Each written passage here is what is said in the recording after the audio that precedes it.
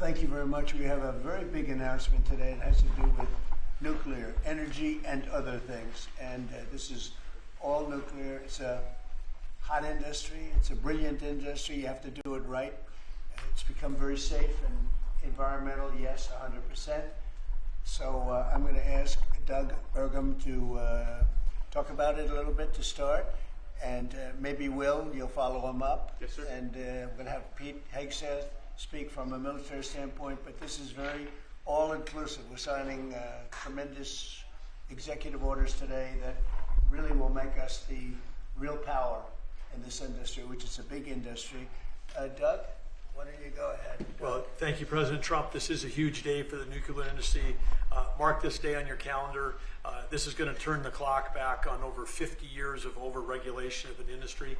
American greatness has always come from innovation, and we were very innovative. We led post-World War II in all things nuclear, but then we've been stagnated. We've choked it with over-regulation.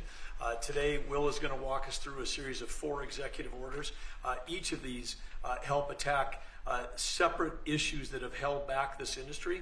And with us today, we've got a number of CEOs from the industry representing some of our largest nuclear providers, but also a big change.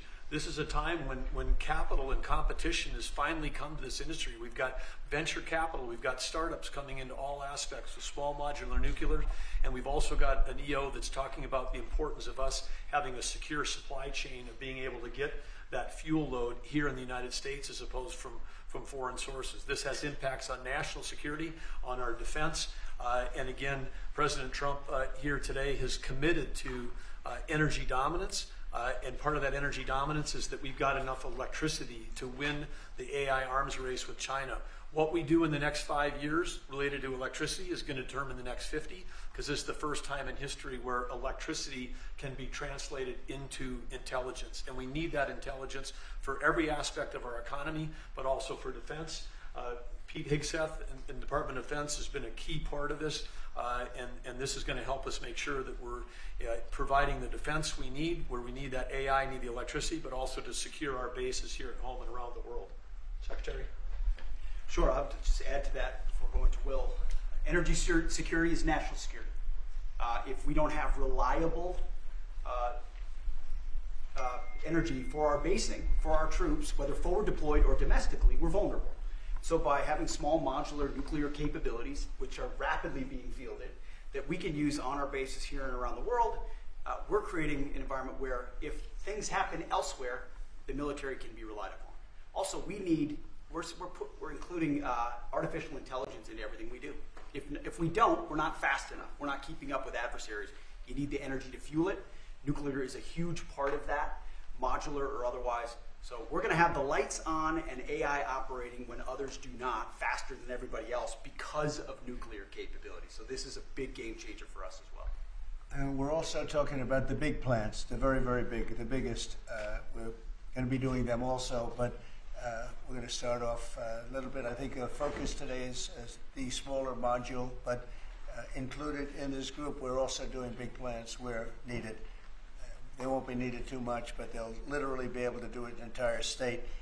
And you've read a lot about cost overruns in a couple of states that were pretty significant, but we're not going to have cost overruns. And the technology's come a long way, both in safety and cost and everything else. Would a couple of you guys like to talk about your companies and you want to say anything? Joe, why don't you kick it off? Sure, my name's Joe Dominguez. I run Constellation Energy. We have about 25% of the nation's fleet. We're the largest publicly traded nuclear company in the world. We're in the middle of a merger with Calpine, and once completed, we will be the largest electric producing company in the world. About enough power to produce, to cover all of Mexico, actually. I didn't know that. When we talked, you were so modest. I can't believe it. That's normally not said about me, Mr. President. I'm very impressed. Go ahead. So you think it's got a great future? Yeah, well, absolutely we do. And the big change here is not only the technology has come around, but we have some of the largest companies in the world, the hyperscalers, who need this energy for AI, who are now working with us to fund the development and construction of the next generation nuclear. Nuclear is a 24/7 resource. These data centers run 24/7. Some of them will cost $200-300 billion, and they want to run them all of the time. So we can't use intermittent resources. We need something that's always on, 24/7, and nothing does that better than nuclear. The problem in the industry has historically been regulatory delay. Mr. President, you know this because you're the best at building big things. Delay in regulations and permitting will absolutely kill you, because if you can't get the plant on, you can't get revenue, and the interest costs are horrible. We're wasting too much time on permitting, and we're answering silly questions, not the important ones. For example, let me give you an example. In 3 places in this country, we're trying to license new reactors at sites that already have reactors. Yet I have to spend $35 billion at each site just for the NRC to do an analysis that says this is a good place for nuclear. Well, guess what? We've been running nuclear in that community for 4 decades. Why are we even asking that question? I'd rather spend that $35 million, 3 times $105 million, perfecting the design, start building the foundation, and getting going. We need to do this for America. Are we doing something about the regulatory in here? Oh, yes, sir. Yes, You are, Because sir. that's going to be a Today, big with this factor. Yes, sir. Absolutely. That issue I just described will be addressed in this EO, and many other issues that we don't have time with the president to But cover you say today. it's very, we've contemplated just about everything. Right? Well, this, Mr. President, this Energy Dominance Council that you have created is something I haven't seen in 30 years. It brings together all the pieces of government in one place to expedite the process. Under Secretary Burgum's leadership, this has been an amazing, amazing thing. It used to be the case that I have to run to about 5 different places in Washington to get one answer. That's great. And now it's all together in one place. So all I know about Secretary Burgum and Secretary Wright is if we haven't gotten it right, we'll get it right shortly, and there'll be another That's order for you to good. I'm sign. glad But they're thank you so addressing- much for your I'm glad they're leadership. sir. addressing. You were going to say something? Go Well, ahead. I was just going to say commercial nuclear, a bit of an unsung hero. And I just want to thank you, Mr. President, Secretary Burgum, Secretary Wright, for bringing this attention to commercial nuclear. We have the largest and most safe fleet right here in the United States. And upon that, we have fantastic innovation that's being brought forward. And it's going to come in all shapes and sizes. And it's going to actually be coming through some of these companies that you see represented here. We're going to have great jobs, we're going to have wonderful energy, and we're going to be ready. So thank you, Mr. President, you. for Very leaning good. in. Appreciate it. Great job you've done too. Jake? How about talking about your company and the job you're going to do? Yes, thank you, Mr. President. Well, first of all, a little MIT nuclear connection that goes back. I know familial for you. So, yeah, we're working on small reactors. I'm Jake DeWitt, CEO, co-founder at Oklo. Working on small next-generation reactors that take technology America invented, developed, and pioneered, and bringing it to the market after it sat on the shelves of history for about 40 years. And it's because of the actions that you're doing today that are going to help unleash that. Changing the permitting dynamics is going to help things move faster. We're seeing private investment flow into this space like we've never seen before. We went public about a year ago, and one of the most successful actually go public outcomes for a transaction like that for a small nuclear company, because the market needs this and wants this. And under your leadership, creating the Dominance Council, I mean, it's hard to overstate the value of that. And nuclear is a manifestation of energy dominance. In fact, a golf ball of uranium metal, which this is not, but it's a golf ball, has enough energy content in it to power your entire life's energy needs. I mean, it doesn't get any better than that. And to get back to building, nuclear uses the fewest materials, right? The least amount of concrete, of steel, of fuel for amount of energy it produces. So it should be the cheapest, the most scalable, the most sustainable. Just like you mentioned, Mr. President, about the importance of doing that right. The physics are on our side, and these things help unleash this innovation to actually realize that. So it's never been more exciting.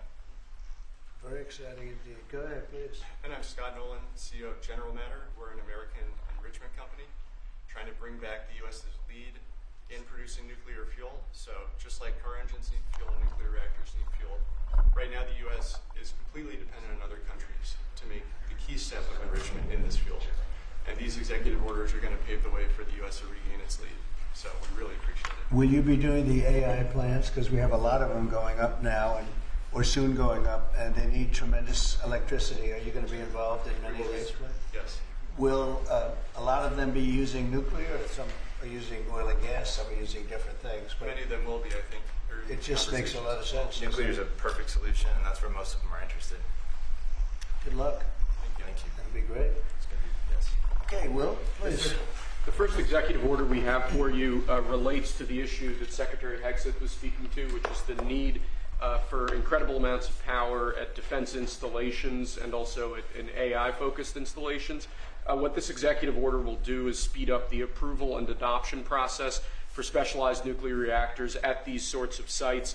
It also involves the Department of Energy making available the necessary fuel stock. It also creates a special envoy position and a strategy around nuclear technology export, the idea being that we can grow American industry on the back of foreign purchasers who are interested in this sort of technology as well. I'm just thinking, as you say that, I just said, what about auto pens? Could I use an auto pen? What did Biden do? Did he have an auto pen at the desk? Nuclear powered. No, he didn't do events. Yeah, he used nuclear power. You know, he didn't do events like this, I guess. It's all right. Otherwise, you walk into the other side of the room, have an auto pen sign it, right? Here it is. It's phase one. Very big phase, very important phase.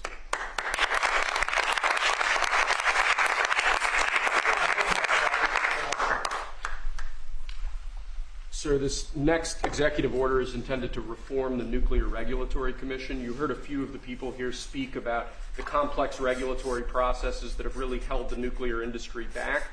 Before 1978, there were 133 reactors built in the United States.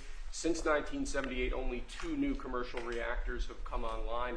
That's because of overregulation, and the goal of this executive order is bringing that regulatory process into line with the actual needs of the industry and public safety, with an end goal of quadrupling the amount of nuclear power. It's exciting, right?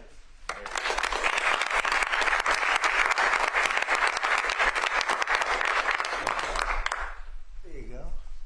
This next executive order relates to nuclear reactor testing, sir. The degree of overregulation and governmental inaction in this space in particular has had the effect of throttling development of new, highly modernized nuclear reactors that could really revolutionize the field of nuclear power generation.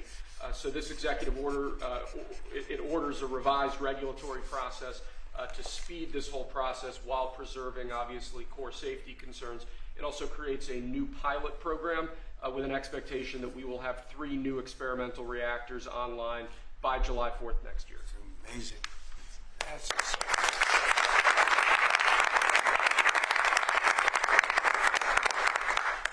Okay, come on.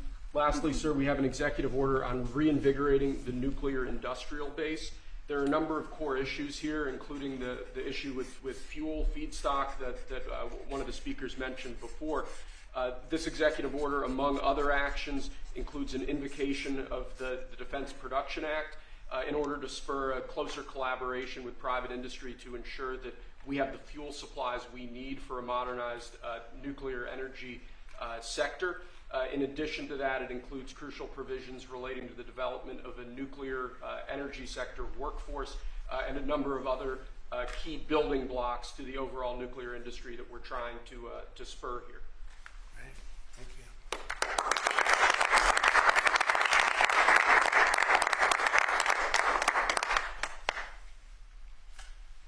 We have one more for you here, sir. This doesn't directly relate to nuclear energy, but it's on a similar subject. This executive order is entitled Restoring Gold Standard Science. One of the issues that we've had in recent decades is that government policy has been made on the back of junk science, scientific studies and findings that have included conflicts of interest or scientific misconduct. The purpose of this executive order is to recenter policymaking around gold standard science, scientific efforts that have followed appropriate scientific methods that don't include those sorts of conflicts of interest, and to ensure that when to promulgate rules, to promulgate regulations, that the science that they're relying on is highly reliable and available to the public. He did a very good job, didn't he? He did. How many people here could have done that? I don't know. I think a lot. Thanks. Good job, Will. Thank you, Mr. President.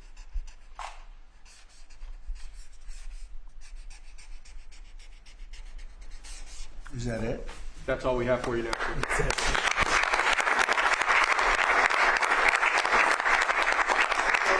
Do you have any questions for these brilliant people? They are brilliant people, actually. Question for you, Mr. President. Mr. President, on nuclear, sir.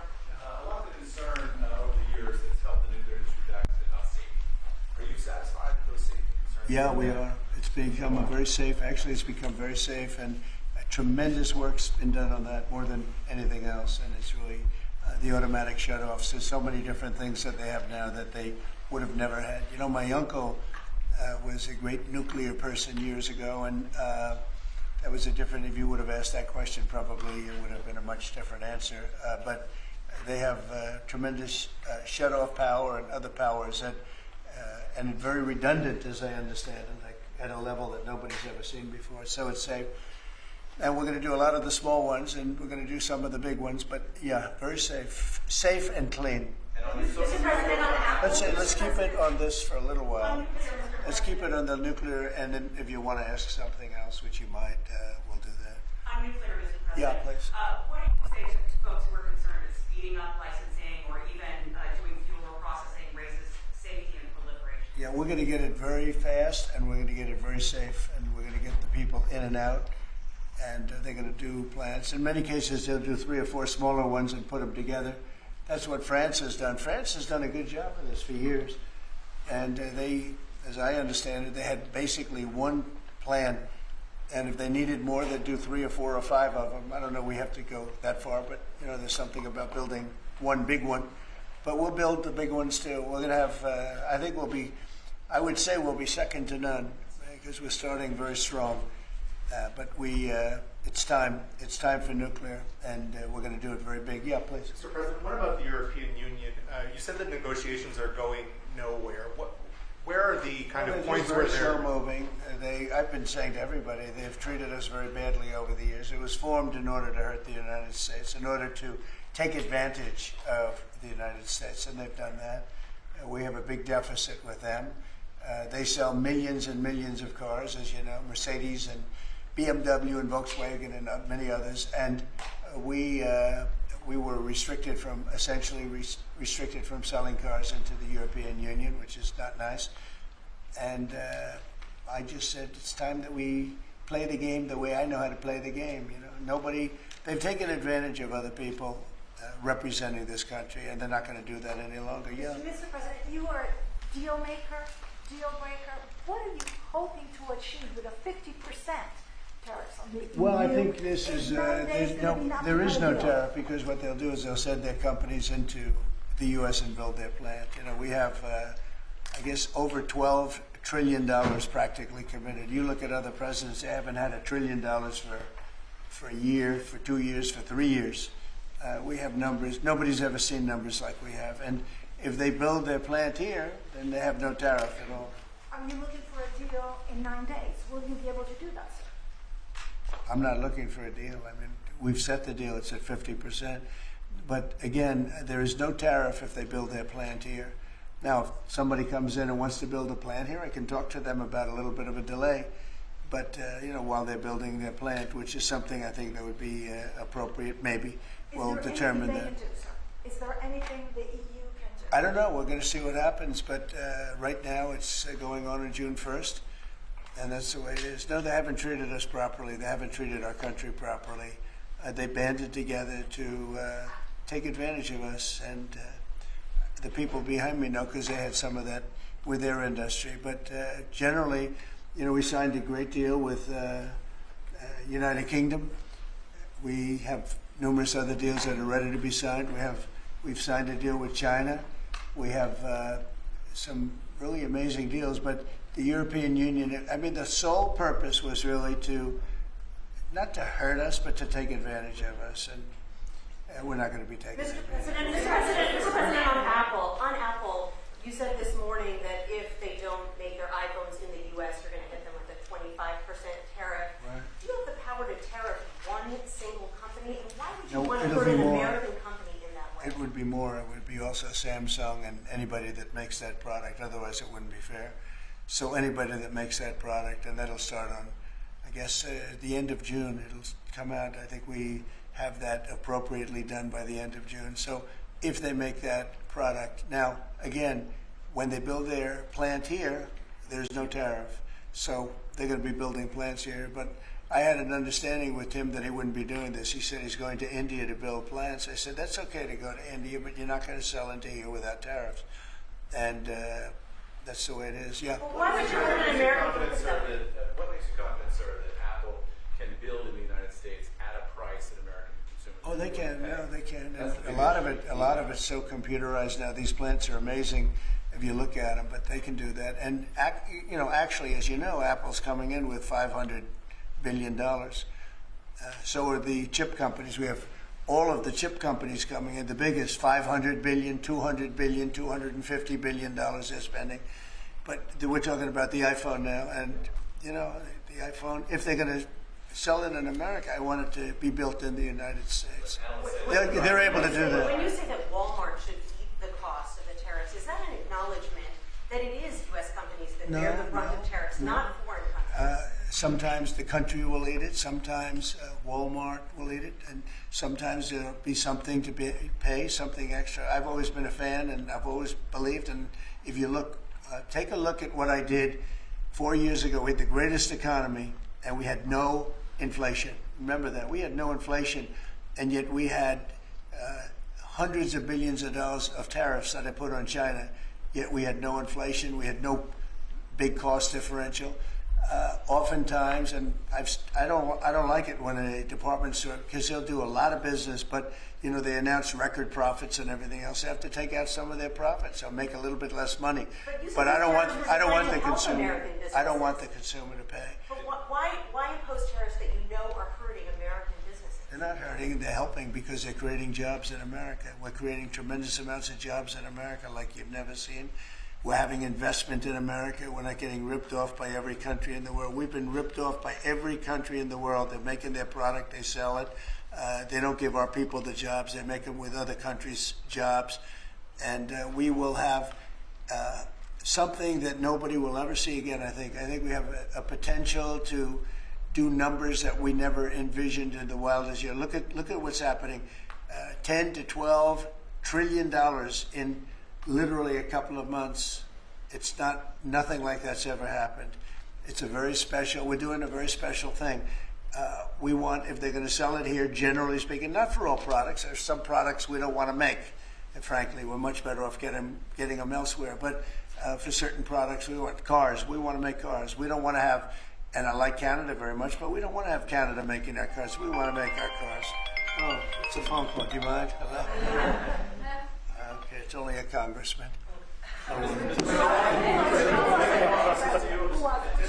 I'd let you know, actually. Mr. President, are you Yeah. considering stopping other universities from taking foreign students? No. It's a different congressman. They're all congratulating us. Yeah, it's lucky it is. Okay, let's go. Are you considering stopping other universities besides Harvard from accepting foreign Well, we're students? taking a look at a lot of things. And as you know, billions of dollars has been paid to Harvard. How ridiculous is that? Billions. And they have $52 billion as an endowment. They have $52 billion.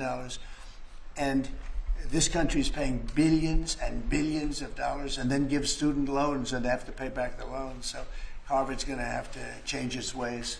And so are some others. Mr. President, on that note, a lot of CEOs in the United States, big companies, are for it.